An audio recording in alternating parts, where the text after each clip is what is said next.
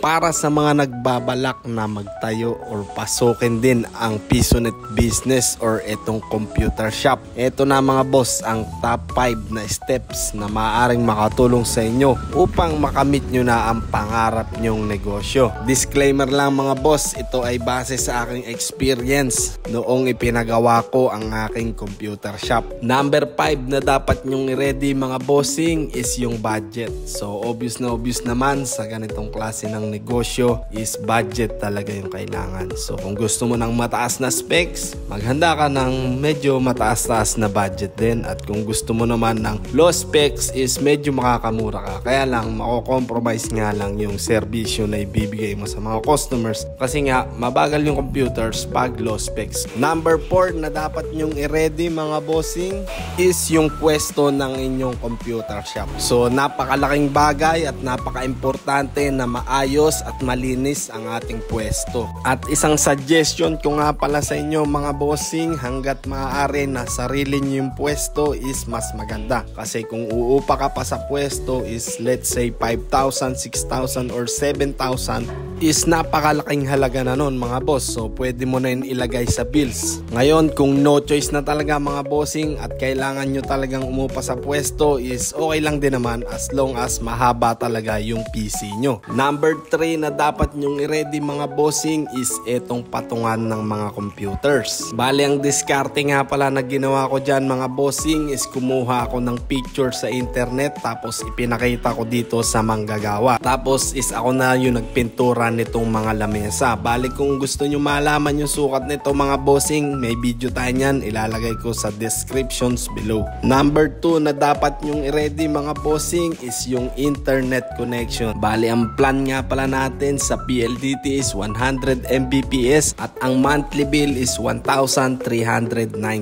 Bago tayo pumunta sa number 1 step mga bossing is iniimbitahan ko muna kayo na paki-like nyo itong aking video at mag-subscribe sa aking maliit na channel mga boss. Napakalaking bagay niyan mga boss para sa akin para maipagpatuloy ko ang aking mga pinaggagawa dito at nawa ay may ma-inspire tayo na kapwa natin na pasukin ang ganitong klase ng negosyo. Number 1 na step mga bossing syempre itong ating mga units. Bali inumpisahan ko nga ito sa 4 na units at sa ngayon is meron na tayong 6 na units. So hindi madali ang ating mga pinagdaanan para maitayo itong ating computer shop, pero sa ngayon naman is masasabi ko na worth it talaga dahil weekly is meron tayong kinikita dito. Kung gusto nyo nga pala na makita yung ating mga weekly na coins out is bisitahin nyo lang dito sa aking channel at nandun lahat mga bossing ng video ng ating mga coins out. So again mga boss, budget lagi ang kailangan dito sa negosyo na to. Bali dito nga pala sa ating 4 na units napunta ang pinakamalaking percentage ng ating budget sa pagpapatayo ng computer shop. At kung gusto nyo naman malaman ang specs ng ating mga units mga boss is ilalagay ko din dyan sa ating description sa baba. So hindi na natin pahabain mga bossing. Salamat sa panonood nyo.